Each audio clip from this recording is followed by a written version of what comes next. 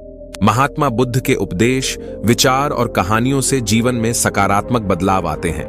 वर्षों बोध गया के बोधि वृक्ष के नीचे बैठकर तपस्या के बाद उन्हें जो दिव्य ज्ञान की प्राप्ति हुई, उसे अपने विचारों और उपदेशों से जुड़कर महात्मा बुद्ध ने पूरे संसार को शांति और अहिंसा का मार्ग दिखाया है।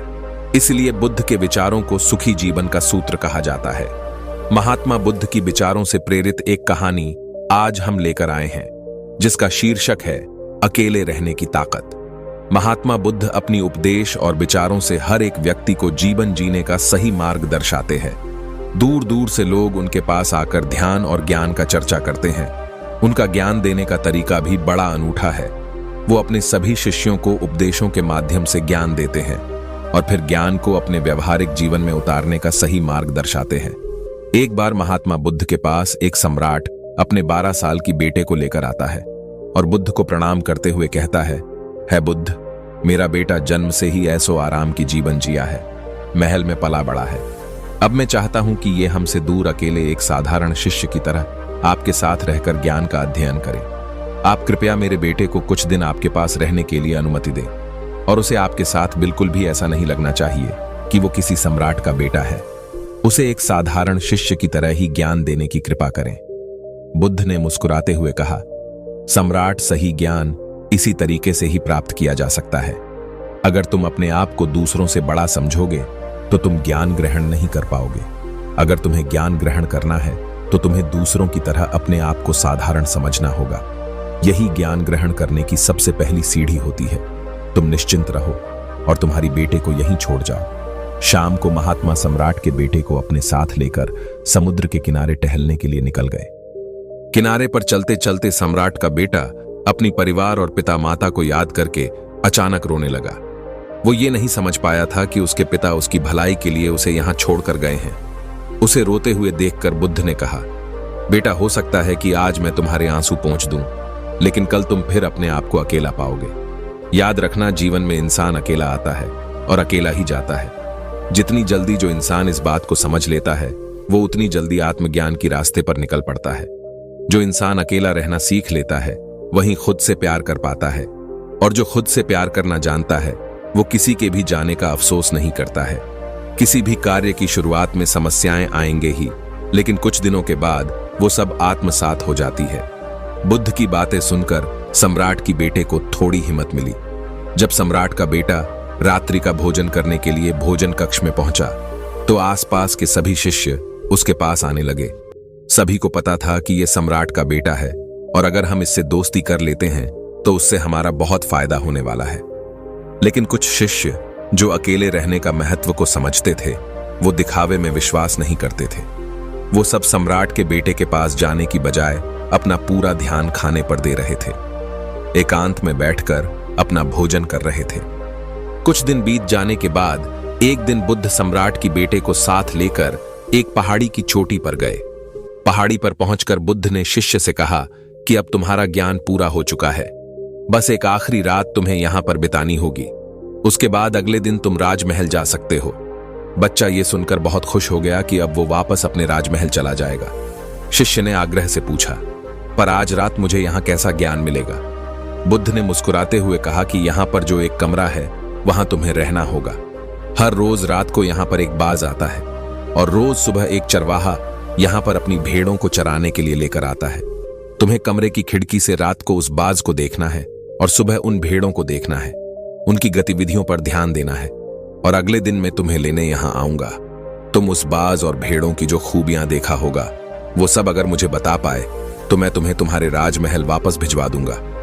याद रखना, बाज की गतिविधियां रात को और भेड़ों की गतिविधियां सुबह को देखना है। इतना कहकर बुद्ध वापस लौट आए और वो शिष्य पहाड़ी के ऊपर उस कमरे में रहा उस बाज का इंतजार करने लगा। काफी वक्त बीत जाने के बाद वहां पर एक बाज पहुंचा। सम्राट के बेटे ने पूरी रात उस बाज की गतिविधियों को बड़े ही ध्यानपूर्वक देखता रहा और सुबह होने के बाद जब चरवाहा वहां पर अपनी भेड़ों को लेकर पहुंचा तो उसने देखा अचानक वो बाज भेड़ की एक बच्चे को अपने पंजों में दबाकर आसमान में उड़ गया और उसका शिकार कर लिया। फिर कुछ समय बाद बुद्ध पहाड़ी पर जाकर शिष्य को अपने साथ लेकर बाकी सभी शिष्यों के पास लेकर आए। सभी शिष्यों को एकत्र करने के बाद बुद्ध ने सम्राट के बेटे से पूछा, बताओ, कल रात तुमने वहां क्या देखा और उसे तुम्हें क्या सीखने को मिला? जवाब देते हुए शिष्य ने कहा, मैं बहुत सारे पक्षियों को देखा है, लेकिन बाज उन सभी पक्षियों में से सबसे अद्भुत और सबसे अलग है। एक तोता पक्षी होकर भी बोलता तो बहुत है, लेकिन कभी ऊंचा नहीं उड़ पाता। लेकिन एक बाज जो हर समय शांत रहता है, वो आकाश को भी छू लेने का सामर्थ्य रखता है। और जब वो अपनी शिकार को निश्चित कर लेता है, तो वो उसी शिकार पर अपनी नजरें गड़ाए रहता है, चाहे वो कितनी भी ऊंचाई पर क्यों ना हो, चाहे कितना भी बड़ा तूफान क्यों ना आ जाए, लेकिन उसकी नजर हमेशा अपने लक्ष्य पर स्थिर रहती है। आज सुबह जिस बाज को मैंने देखा, उसने हर भेड़ को अपना शिकार नहीं बनाया, बल्कि उस भेड़ के झुंड में से उसने उस भेड़ के बच्चे को अपना शिकार बनाया। उस बाज की तरह हमें भी अपना ध्यान अपने एक ही लक्ष्य पर स्थिर रखना चाहिए, चाहे कितनी भी अड़चनें क्यों ना आए। यहीं पर बुद्ध ने समझाते हुए कहा, तुमने जो सब बात कही वो सब तो ठीक है, लेकिन इन सब में से एक बात और है जो बाज को दूसरी पक्षियों से अलग बनाता है, वो है अकेले रहना। बाज कभी भी दूसरे पक्षी के साथ नहीं उड़ता है और ना ही अपनी साथी के साथ उड़ता है। इससे हमें यह सीख लेनी चाहिए कि हमें कभी भी छोटी सोच वाले लोगों के साथ नहीं रहना चाहिए। आखिरकार हम भी वही बन जाते हैं जिनके साथ हम रहते हैं। भलाई इसी में है कि अकेले रहो, क्योंकि अकेले रहने से खुद की ताकत और खुद की कमजोरियों को खुद ही जान सकते हैं। अपनी कमजोरियों को जानकर उनको दूर कर सकते हैं और अपनी ताकत को पहचान कर उसका सही इस्तेमाल कर सकते हैं। एक बाज हमेशा अपनी सीमाओं से ऊपर उठकर उड़ता है। जब तूफान आता है तो हर एक पक्षी अपने घोंसले की तरफ भागता है, लेकिन बाज खुद की सीमाओं को तोड़कर बादलों से भी ऊपर उड़ने का प्रयास करता है। और वो अपनी सीमाओं को सिर्फ इसलिए तोड़ पाता है क्योंकि वो समस्याएं आने पर घबराता नहीं है, बल्कि एक सकारात्मक नजरिए के साथ उसका सामना करता है। आज कभी भी अपने घोंसले में घास के कोमल तिनके नहीं रखता। जो तिनके कोमल होते जाते हैं वो उन्हें निकालकर फेंकता रहता है। उसी तरह चाहे कितनी भी आरामदायक जिंदगी आपको मिली हो, हमेशा आलस को तोड़कर जीवन में मेहनत करना सीखो। जंगल के राजा शेर को भी झुंड बनाकर शिकार करते हुए देखा जा सकता है, लेकिन बाज हमेशा अकेला शिकार करता है, क्योंकि वो जानता है कि भीड़ हौसला तो देती है मगर साहस छीन लेती है। आदमी को हमेशा अकेले ही आगे बढ़ना होता है। भेड़ हमेशा झुंड में चलती है, उन्हें झुंड में एक साथ चलने से हिम्मत मिलती है, लेकिन जैसे ही उन पर शिकार होता है वैसे ही वो भीड़ तितर बितर हो जाती है और उस पूरी भीड़ में से एक भी भेड़ अपने साथी की मदद करने के लिए वापस नहीं लौटती। इससे हमें यह सीख मिलती है कि हमारे साथ कितने भी लोग खड़े हो, किसी पर भी यकीन नहीं करना।